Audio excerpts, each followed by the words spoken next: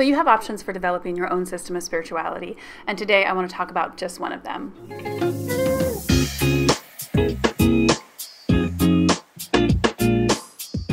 So depending upon who you talk to, you're going to get a million different answers about how one practices metaphysics and spirituality and how they apply it to their own personal individual life. And in this video, I want to share the 5 most significant principles for me and how I practice them, not only in my daily life, but also in my business with my clients. So I'm going to ask you to subscribe to this channel. Make sure you hit the bell. You're going to want to see all the other videos that I have that come out. So what is metaphysics? And what does it mean for my personal spiritual practice? And what does it mean for how I bring it into my private practice as a metaphysical minister? So metaphysics is a branch of philosophy that explores human knowing, the nature of reality and being, and God concepts. That's a big topic, I know. I'm going to break it down though. Maybe it'll help you understand it just a little bit. Number 1, first principle. So metaphysics acknowledges and respects the beauty in all of God's creation. So for me, this really is the meat. It's the umbrella and the nuts and bolts about how I actually bring metaphysics into my daily spiritual practice. I identify as a healer, as a light worker, as a witch. In previous times, these were the midwives. These were the shamans, these were the medicine women. These are the women that really encompassed and really brought in these earth-based practices and principles into their healing work. So for me, mostly this looks like honoring the elements, it looks like honoring Mother Earth, and it looks like combining my intention and energy into creating the outcome that I am desiring at that moment. Number 2, metaphysics is religion without dogma. So metaphysics frees you from this performance-based system of love and acceptance. Because you are not separated from God. You are a manifestation of God. And if you are a manifestation of God, you cannot be separated from God. You simply are. You exist, you belong, and you are a perfect creation. You're also eternal. That might be a whole nother video. So number 3, metaphysics does not explore religion and religious principles made by man. It explores the immutable laws of the universe, the immutable laws of God. Now there is a lot of debate whether there are 7, 12, or 21 universal laws. I don't really care whether you believe which one, right? Whatever floats your boat. What is common between the 7, 12, or 21 laws is that they all utilize energy and they all utilize the power of the mind to connect with your deeper inner self. And that is the purpose of them. So this is the guiding principle that really takes center stage in a lot of the work that I do with my clients. So in the next few videos, we're going to talk about how energy, intention, and our brains can create this healing experience in our mind, body, and spirit. So number 4.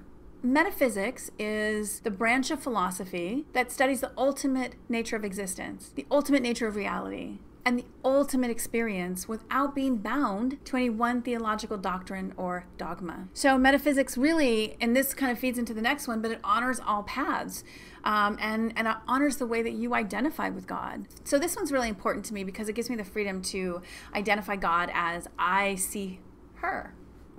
There's no gender binary, right, for God. There's no rule about whether God is male or female. God is whatever you identify with and where you feel safe. For some, God has no gender, and that's okay too. I personally look at God as female because females are nurturing, females are healers. It just fits what my idea of God is. And that's okay. It may differ from you. That's what makes the world go round. For some, God is nature, is plants, is the stars, it's the trees, it's the magic of the universe, it's the wonders of the universe. For some, God is expressed in magic. For some, God is expressed in meditation and the deep, deep practices of connecting with your inner knowing. There's really no right way. There's no wrong way. There just is the way that is right for you. And number 5. Metaphysics includes all religions, but transcends all religions. And so that kind of goes up into the principle before, is that there is no superior religion. My way is my way, your way is your way, and however you choose to connect to God, to connect to the inner spirit that you have, to connect to your higher self, to connect to that manifestation of God within you, that is right for you. And nobody has the right to tell you otherwise. So those are the 5 key principles of metaphysics, what I believe, how I pull them into my life, how I pull them into my business, and maybe, in other videos I'll go into that maybe a little bit, I'll go into that a little bit deeper, but I wanted to give you a good overview. So a little bit of backstory. 20 years ago, I went to a Christian church. and I was and I eventually found myself in Bible college. I eventually became not okay with the way that the church treated women, the way that the church treated the LGBTQ community, and the binary in which they insisted that God existed, because I felt in my heart that it was different. It didn't have to be like that. I could create God to be who I needed her to be. And it eventually wasn't what sat right within my own spirit, and so I left. But before that, I did have a lot of really great experiences in this church. And I want to thank them because the pastor wasn't just a pastor, right? He was a pastor and a therapist. And he believed that therapy and spirituality really did go hand in hand. And when you address one, you got to address the other. And so, he believed that when people come to church and people that are, that they come, they're seeking, generally they're missing something in their life. There's something they're looking to heal. And so if you can combine spiritual healing with mental health care, you really are providing the best service to that person. And so that was the foundation, really, of a lot of the work that I do right now. So I have to give them their props, because the pastor created this really great training program that took people who were interested in serving in ministry, who really were interested in mental health, and he created this whole training program that allowed us to become trained lay counselors within the church. And it was really evidence-based, traditional therapeutic practices and principles that he gave us. So I was really thankful to get that kind of base training for the work that I'm doing now. I didn't know that this is what I would be doing, but clearly there was, my higher self knew that this is where I was going in my life. So I really got this great foundational training. And then from there, I went into Bible college because I wanted to solidify the training that I had with becoming a minister and actually being able to work within the church on a deeper level in providing help and services to the parishioners. But ironically, it was there that I started to question the biblical foundation about what I was learning, and it just didn't jive with me anymore. And so I left. I was also in this big transition period in my life. I was going through a divorce. I was coming out. There was a lot of things that were, in transition, and my spiritual system was one of those things that I really was reevaluating at that time. And so while I'm very thankful for the experience that I had and for the training that I got and for the foundation that I got, I was also at the point in my life where I realized this no longer resonated with the core of who I was. And I left. And it was a really great decision. I'm so glad that I left. And I'm so glad that then 20 years later, I found myself back in service, back in caring for people, back in ministry. But it was in a different kind of ministry. It was a ministry that was built around this deep inner knowing of who I was and this deep connection to God in the way that I was able to redefine God. So I'm thankful for that experience. And I used my experience, and I used the plethora of training and education that I've had to do the work that I do now.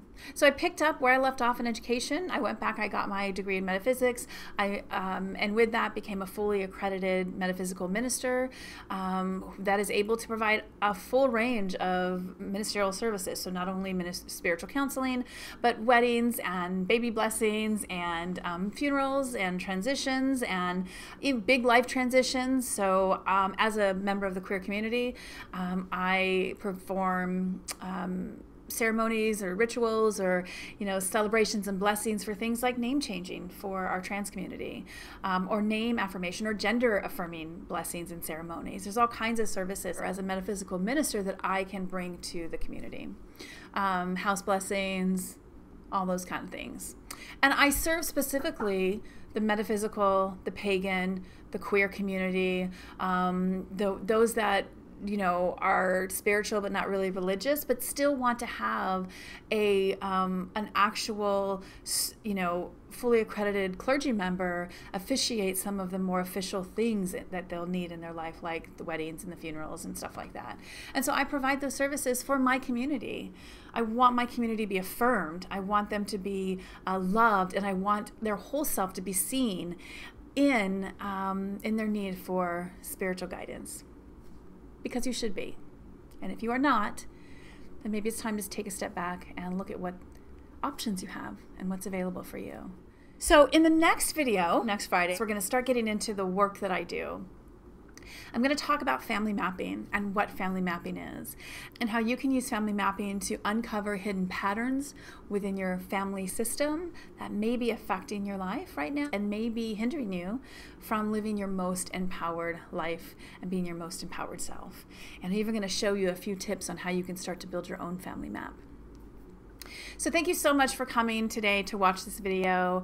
I am deeply honored and feel deeply privileged that you spent time with me today. I know that you have so many other things that you can do, but I hope that you found something here that resonated with you.